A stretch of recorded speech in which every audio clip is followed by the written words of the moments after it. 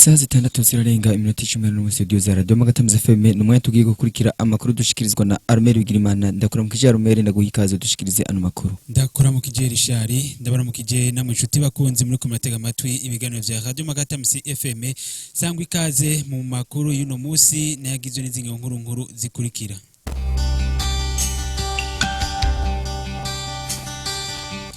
Abarundi ngo basana basubiye kwibagira gukurikiza amabwirizwa y'isuku ngo kandi ivyo navyo bigakogwa barikiza ca coronavirus ataho kiraja. Umubano ngo ni mwiza hagati y'abarovyi hamwe n'abadandaza ibiryo abarovyi basanzwe bakoresha.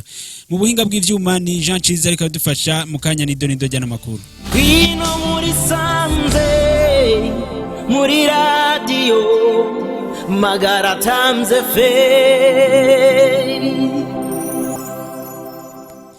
Ndasubiye kubaramutsa. Reka amakuru yacu tuyahere mu gisata c'amagara y'abantu. Abarundi ngo basana basubiye kwibagira gukurikiza amabwirizwa y'isuku ivyo kandi bigakogwa ngo mu gihe ikiza ca coronavirus ataho kiraja.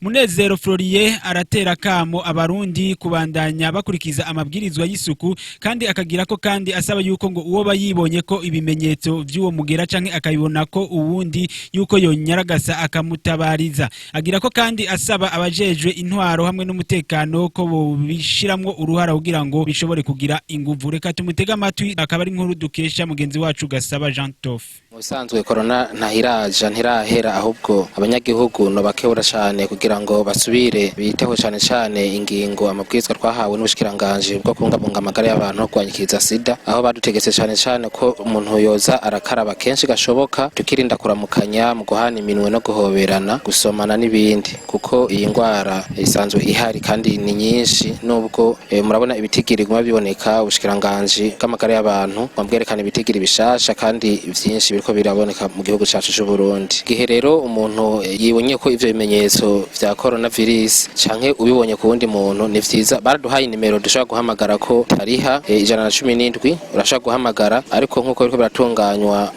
bagiye gushira hagati mu gihugu ibipimo vyo gupima abikekwa ko iyo ngwara na cyane ko mu gihugu cyacu ibiharuro biguma biduga. Rero uwo twokeka iyo ngwara twomuhanura ko yoca yihutira guhamagara kuri izo nimero zitari bakamufasha, basanze agwaye bakamukurikirana cyangwa basanze atagwaye bagaheza bakamurungika, nkuko na nyakubahwa nyene icubahiro umukuru w'igihugu yarabivumereye yuko wari we wese yibonye ko ivyo bintu canke abonye ko mugenzi we yoheza akishikana aho bapimira kugira ngo amagara yiwe akurikiranwe neza. Cibaho mperereye mu vy'ukuri nta muntu turahabona, kuko iyo bishitse tukamubona twebwe uko tubikora cyatugira ico bita alert, turahamagara abadukurira ariho intambwe dushako bakaza bakahashika. Rero kugeza aya masaha twebwe nta muntu turabona ko ivyo bimenyetso, ntawe turikeka, kuko bishitse twabibona twosha duhamagara vyihuta. Ngo nk'impanuro jewe notanga nuko ko kwihutira cyane kugendera amabwirizwa baduhaye yo gukaraba cyane kwirinda kugwana mu nda, guhoberana, kuramukanya mu minwe, nivyo byose badutegetse tukabikora, kuko ndabona cyane aho duherereye umugenzo wo gukaraba umenga abantu wibagiye bafata ibisanzwe. Rero ivyo bintu nibavyijukire basure bikebuke, mbere kanatsinda no hamagara n'abajejwe umutekano canke intwaro ko bohimiriza nkuko vyari vyatanguye ubwa mbere, aho umuntu adakaravye atawegera uyunde, kuko abantu babifashe nk'ibisanzwe kandi turavye ibitigiri kumaboneka mu gihugu cacu bitera vyiyongera.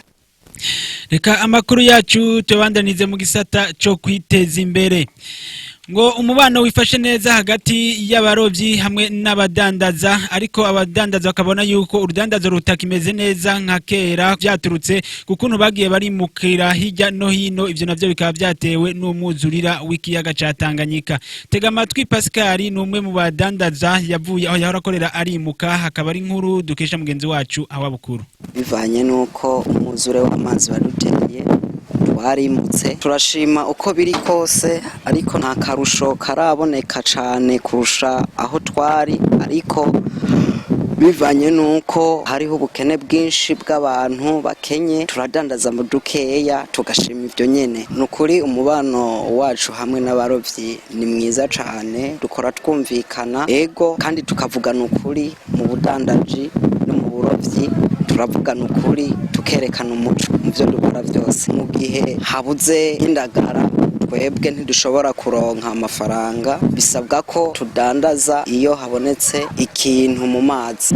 kwihangana muri iki gihe c'ibura, tukihangana tukaremeshanya, ariko turizera yuko ejo canke hirya ejo Imana izobikora ikatwugururira umugisha. Ni no kuri iyo nkuru turangirije ko amakuru yacu twabateguriye. Reka ndabashimire mwebwe mwese mwari muduteze amatwi. Reka nkengurukira uruganda rwa Radio Magara FM duturokanije ano makuru. Armel BIGIRIMANA nije nariko ndabashikiriza, mugiraho muba mwubahwe. Gwino muri sanze muri radio Magara FM.